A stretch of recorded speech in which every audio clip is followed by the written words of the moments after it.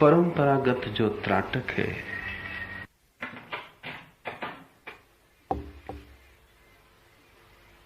त्राटक की जो परंपरागत धारणा है वह तो एकाग्रता की ही है,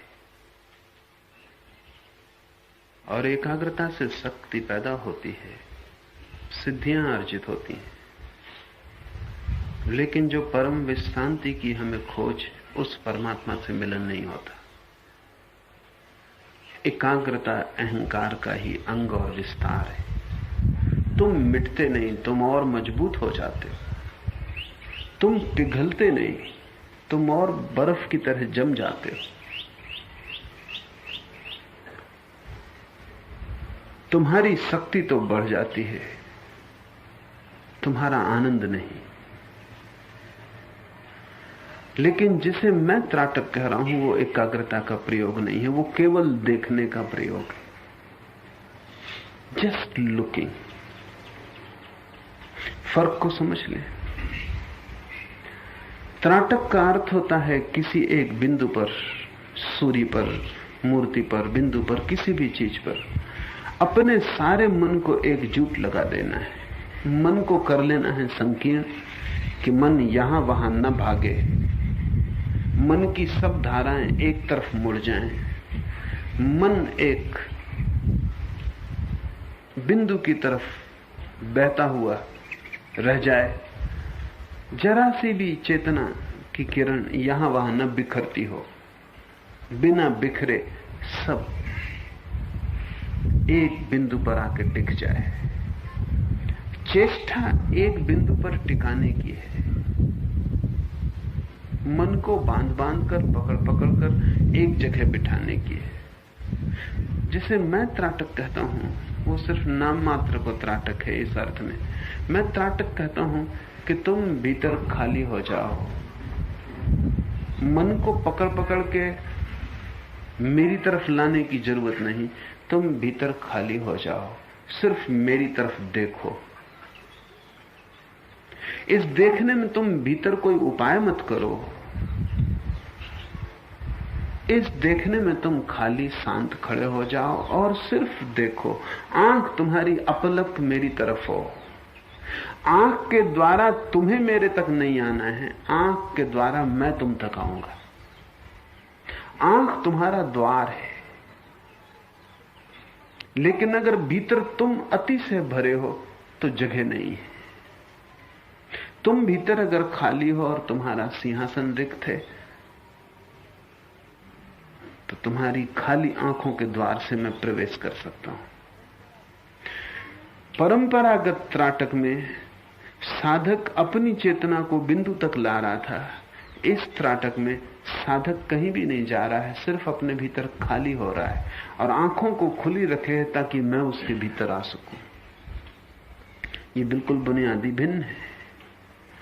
और ये जो सिर्फ देखने की प्रक्रिया है बड़ी अनूठी है, क्योंकि जब तुम सिर्फ देखते हो, त्राटक करने की चेष्टा भी नहीं करते, क्योंकि उस करने में भी देखना अशुद्ध हो जाएगा, विचारों की तरंगें चित्त में आ जाएंगी। जब तुम सिर्फ देखते हो तो तुम्हारी आंखें आकाश की तरह कोरी हो जाती। जब तुम कुछ देखने की कोशिश नहीं करते, मात्र देखते हो, तो तुम भीतर एकदम शांत, तनाव रहित हो जाते हो। कभी जमीन पर लेटकर आकाश की तरफ सिर्फ देखो, सोचो मत। आकाश में बादल बन रहे हो तो उन बादलों में मूर्तियां मत देखो, हाथी घोड़े मत देखो, कुछ सोचो। तुम सिर्फ देख रहे हो। तुम्हारी आंखें जैसे आंखें नहीं, बल्कि कैमरा का लेंस है जो कुछ सोच नहीं रहा, सिर्फ देख रहा है। जो भी गुजर रहा है, तुम एक दर्पण की भांति लेटे हो। दर्पण से जो भी गुजरेगा दिखाई पड़ेगा, लेकिन दर्पण सोचता नहीं कि बादल काला है कि सफेद है, कि ऐसा होना था कि नहीं होना था, कि क्यों बादल आ गए हैं, कि अब वर्षा होने के करीब है। कुछ मत सोचो, तुम सिर्फ देखते रहो। सिर्फ आंखें खुली रखो, झपको मत। तुम थोड़ी ही देर में पाओगे कि बाहर का आकाश तुम्हारे भीतर प्रवेश कर गया। जल्दी ही तुम पाओगे कि भीतर का आकाश और बाहर का आकाश एक महाआकाश बन गए। उनके बीच की जो छोटी सी पतली दीवार थी वो तिरोहित हो गई। तब तुम पाओगे कौन बाहर कौन भीतर। भीतर कहां है, बाहर कहां है, कहां भीतर समाप्त होता है और कहां बाहर शुरू होता है। सब सीमाएं खो गई। तुम भी आकाश हो। ठीक ऐसा ही प्रयोग है मेरे त्राटक का प्रयोग। मैं इधर शून्य बैठा हूं, तुम उधर भरे बैठे हो। मिलना कैसे हो? मैं यहां बहने को उत्सुक, तुम्हारा पात्र वहां उल्टा रखा है। मैं यहां तत्पर कि सब तरफ से तुम में प्रवेश कर जाऊं, लेकिन तुमने कहीं कोई रंध्र भी नहीं छोड़ी। तुमने सब तरफ दीवार मजबूत सीमेंट कंक्रीट की बना रखी। तुम तड़फते हो, चिल्लाते हो, तुम्हारी प्यास मुझे सुनाई पड़ती, तुम्हारी पीड़ा मुझे दिखाई पड़ती, तुम्हारी खोज ईमानदारी से भरी है, लेकिन तुम अपने ही बनाए हुए घेरे में बंद हो गए हो। और तुम्हारी कठिनाई यह है कि तुमने अपने कारागृह को अपना निवास स्थान समझ रखा है और तुमने अपनी जंजीरों को आभूषण मान रखा है। तुम उन्हें संभालते हो, तुम डरते हो कहीं वे चोरी न चली जाएं। तुम उन्हें बचाते हो, तुमने सब तरह के पहरे लगा रखे। तुमसे बड़ा तुम्हारा और कोई दुश्मन नहीं। फिर भी तुम्हारी पीड़ा सच, तुम तड़फते हो, उसमें कुछ झूठ नहीं। तुम बाहर निकलना चाहते हो, वो आयोजन, वो आकांक्षा भी है, लेकिन तुम्हें यह पता नहीं कि बाहर निकलने में तुम ही बाधा डालते हो। तुम उस आदमी की भांति हो जो दौड़ना चाहता हो लेकिन अपने पैरों में जंजीरें बांध रहा हो और शायद सोचता हो कि जंजीरें बांधने से पैर मजबूत होंगे और मैं ठीक से दौड़ सकूंगा।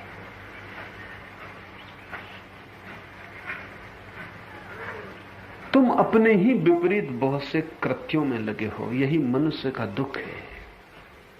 वो सोचता है कि जो मैं कर रहा हूं वो हितकर है और उससे अकल्याण सिद्ध होता है। और जब तक तुम्हें यह साफ ना हो जाएगा तब तक तुम्हारी पीड़ा का कोई अंत नहीं हो सकता। एक बात समझ लेनी बहुत गहरे में जरूरी है कि तुम्हारी पीड़ा के निर्माता तुम ही हो, कोई दूसरा नहीं। तुम ही हो जिम्मेवार, दायित्व तुम्हारा है। पीड़ा के बीज तुम बोते हो, लेकिन बीज बोते समय तुम सोचते हो तुम आनंद के बीज बो रहे हो, क्योंकि बीज में तो कुछ दिखाई नहीं पड़ता, ना पीड़ा और ना आनंद। बीज तो बंद। जब तुम बीज बोते हो तब तुम आनंद के सोच के बोते हो। वर्षों बाद जब फल आने शुरू होते हैं और दुख आता है तब तुम सोचते हो ये दुख किसने दिया। और बीज में और फलों के आने में इतना फासला है कि तुम भूल चुके होते हो कि बीज तुमने बोए थे। और फासला इतना ज्यादा है और बीज और फल इतने भिन्न हैं कि तुम याद भी कैसे रखो कि ये वही बीज हैं जो हमने बोए थे। अक्सर तुम सोचते हो हमारे आनंद के बीज तो व्यर्थ चले गए, सड़ गए, गल गए, ठीक भूमि उन्हें ना मिली। और ये दुख के बीज जो दूसरों ने हम पे फेंके, ये फल गए।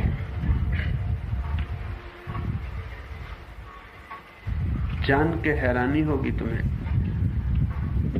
कि अफ्रीका में अभी 100 वर्ष पहले तक ऐसे बहुत से कबीले थे जिनको ये ख्याल ही नहीं था कि बच्चे के जन्म का कोई भी संबंध संभोग से है। सिर्फ 100 वर्ष पहले तक। और उसका कारण था, और वैज्ञानिक कहते हैं कि वही धारणा सदियों पूर्व सारी दुनिया में थी, क्योंकि बच्चा तो 9 महीने बाद पैदा होगा। 9 महीने का फासला इतना बड़ा है। हमें हैरानी होती क्योंकि हमें पता है अब, लेकिन फासला इतना बड़ा है कि तुमने जो संभोग 9 महीने पहले किया था उससे ये बच्चा पैदा हो रहा है। इसका कैसे संबंध जोड़ो? फिर सभी संभोग से बच्चे पैदा नहीं होते। सैकड़ों संभोग से, एकाध संभोग से बच्चा पैदा होता। फिर वो 9 महीने बाद पैदा होता। तो अफ्रीका में ख्याल था कि ये बच्चे के पैदा होने का कारण कुछ और है। ईश्वर की कृपा, देवी देवताओं की पूजा,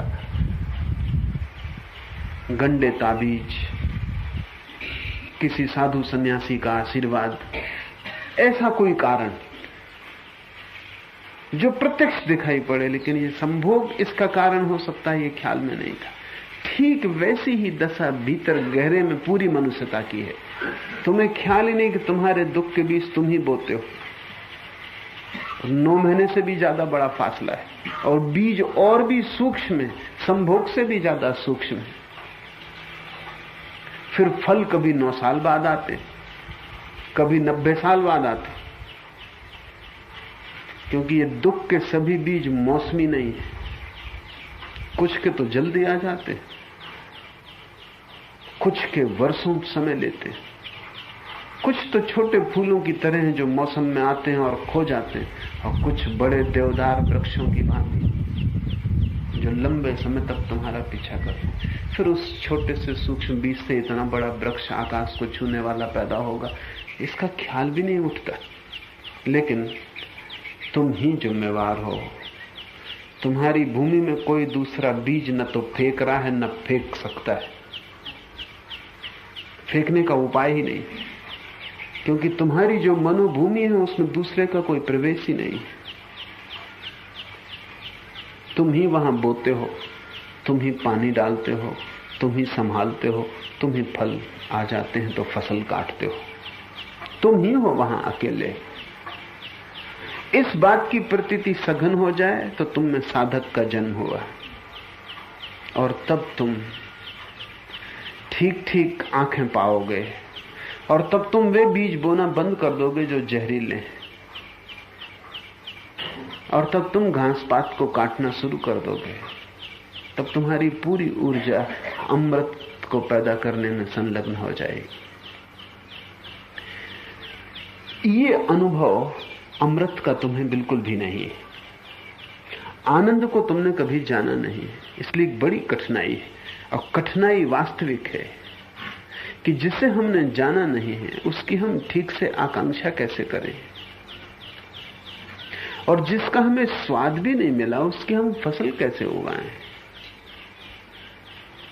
और जिसके संबंध में हमें कोई भी प्रतीति नहीं है, कोई संस्पर्श नहीं हुआ, उसको हम पुकारें कैसे, बुलाएं कैसे, खोजें कहां। तुम्हें दुख का अनुभव हुआ है, तुम्हें सुख का भी अनुभव हुआ है, आनंद का तुम्हें कोई अनुभव नहीं हुआ। तो ये आनंद की खोज कैसे शुरू होगी? तुम खोजते हो आनंद, तुम कहोगे हम खोज रहे हैं, वो आनंद नहीं है, वो तुम्हारे सुख की ही बड़ी कल्पना है बस। तुम सोचते हो आनंद महासुख जैसी चीज होगी, तुम सोचते हो जैसा संभोग में सुख मिला ऐसा आनंद में सहस्त्र गुना मिलेगा, मगर वो है गुना, वो सुख का ही फैलाव है। तुम अपनी प्रेसी से मिले तो सुख मिला, तुम सोचते हो परमात्मा का मिलना ऐसा ही कुछ सुख होगा अनंत गुना। उसमें गुण का फर्क नहीं है, परिमाण का ही फर्क है। वो जो अंतर तुम्हें दिखाई पड़ता है क्वांटिटी का है, क्वालिटी का नहीं। तुम सोचते हो बहुत धन मिल जाता है, राज्य मिल जाता है, बड़ा साम्राज्य मिल जाता है, तो जो सुख मिलता है जब परमात्मा का राज्य मिलेगा तो इसी का अनंत अनंत गुना सुख होगा। लेकिन फर्क मात्रा का है, और मैं तुमसे कहता हूं फर्क मात्रा का बिल्कुल नहीं है। आनंद कुछ है जो तुमने कभी जाना ही नहीं है। सुख के छोटे से तराजू से तुम उसे न तौल पाओगे, सुख के आयाम से तुम उसे न पहचान पाओगे, लेकिन तुम सुख को ही खोज रहे हो, तुम उसे आनंद कहते हो बस। इसलिए मेरे त्राटक का प्रयोग है, त्राटक का प्रयोग सत्संग का गहरा प्रयोग है। जब मैं तुमसे कहता हूं तुम चुप और खाली हो जाओ, सिर्फ मेरी तरफ देखो ताकि मैं तुम्हारे भीतर आ सकूं। उस मेरे तुम्हारे भीतर आने में तुम्हें पहला स्वाद मिलेगा, वो स्वाद तुम्हारी कोशिश को सजग कर देगा। वो स्वाद तुम्हें पहली बार कहेगा कि आनंद की बूंद कैसी हो सकती है। फिर तुम सागर की खोज पर निकल जाओगे, फिर मुझे कुछ करना नहीं, फिर वो स्वाद ही तुम्हें खींचेगा और ले जाएगा। फिर तुम्हें कोई रोकने वाला नहीं, फिर दुनिया भर की ताकतें भी तुम्हारे बीच में बाधा बने, हिमालय भी खड़े हो जाएं तो तुम पार कर जाओ। एक बार तुम्हारा स्वाद जग गया, फिर सब बाधाएं छोटी। और जब तक तुम्हारा स्वाद नहीं जगा तब तक सागर हो सकता है तुम्हारे पीठ के पीछे ही लहरें ले रहा हो, लेकिन तुम लौट के भी न देखोगे, क्योंकि देखने का कोई प्रयोजन नहीं। तुम्हारी आंखें वहां लगी रहती हैं जहां तुम्हें सुख का स्वाद है। जो लोग सिंह या शेर को घर में पालते हैं उनका अनुभव है कि वो उसी दिन से खतरा शुरू होगा जिस दिन से उसे मांस का स्वाद मिल जाएगा। उसको साग सब्जी खिलाते रहो, रोटी खिलाते रहो, बचपन से ही उसे स्वाद ही न दिया हो मांस का, खून का, तो वो शाकाहारी रहेगा। एक शिकारी के संबंध में मैंने सुना, उसने एक सिंह के बच्चे को पाला, शुद्ध शाकाहारी। उसे एक बार भी मांस का कोई स्वाद न मिला। लेकिन एक दिन शिकारी अपने बगीचे में बैठा, उसके पैर में चोट लग गई, थोड़ा सी खून की बूंद झलक रही, और उसका सिंह उसके पास बैठा है। उस सिंह ने उसकी खून की बूंद को चाट लिया, बस उपद्रव शुरू हो गए। फिर अब इस सिंह को घर में रखना असंभव, इससे स्वाद लग गया। बस ऐसा ही स्वाद तुम्हें लगाने के लिए मेरा त्राटक है। जरा सा तुम्हें स्वाद आ जाए, एक किरण उतर जाए, फिर तुम सूरज को पालोगे। एक बूंद पर तुम्हारी पकड़ आ जाए, फिर सागर ज्यादा दूर नहीं। सत्संग का यही अर्थ है कि ऐसे किसी व्यक्ति के साथ जिसने जाना हो, तुम्हें भी जानने की दौड़ लग जाए। ऐसे किसी व्यक्ति के पास जिसने जिया हो, तुम्हारा दिया भी भभक उठे और लपट पकड़ ले। इसलिए संत निरंतर कहते रहे, बिना गुरु के ये न होगा। इसका कारण ये नहीं कि गुरु कुछ सिखाएगा तब होगा, इसका कारण ये कि स्वाद ही बिना गुरु के नहीं होगा। ये कोई शिक्षण की बात नहीं कि गुरु तुम्हें सिखाएगा, विधि देगा, गणित देगा, नक्शा देगा, किताब देगा और कहेगा ये गाइड बुक है, इससे तुम चले जाओ ना। ये मतलब नहीं है। इसके बिना जा सकते हो, क्योंकि उस अनंत के लिए अनंत रास्ते हैं, सभी तरफ से रास्ते हैं। गाइड बुक की कोई जरूरत नहीं, कहीं से भी तुम वहां पहुंच सकते हो। नक्शों का कोई सवाल नहीं, नक्शा नाहक बोझ हो जाएगा। अनेक पर हो गया, कोई वेद को सिर पे रखे, कोई बाइबल पर, कोई गीता को रखे, वो उसकी वजह से नहीं चल पाता, क्योंकि नक्शा काफी बड़ा है। उसको ढोके और बिना उसके लिए कहां जाए ना। बिना नक्शे के भी तुम पहुंच जाओगे, क्योंकि उसका कोई नक्शा नहीं है, वो सब जगह है। असली सवाल स्वाद है। जो तुम्हें स्वाद लगा दे वही शास्त्र, जो तुम्हें स्वाद दे दे वही सद्गुरु, जहां तुम्हें स्वाद आ जाए वही तीर्थ। और एक बार एक बूंद भी तुमने चख ली, अचानक तुम पाओगे ये जगत व्यर्थ हो गया, कोई और सार्थकता का आयाम खुला, एक नई यात्रा शुरू हुई, पुराना सपना टूट गया, एक नए जागरण का प्रारंभ हुआ। त्राटक का अर्थ है मैं तुम्हारा स्वाद बन जाऊं। जरा देर को तुम जगह दे दो, जरा सी रंध्र,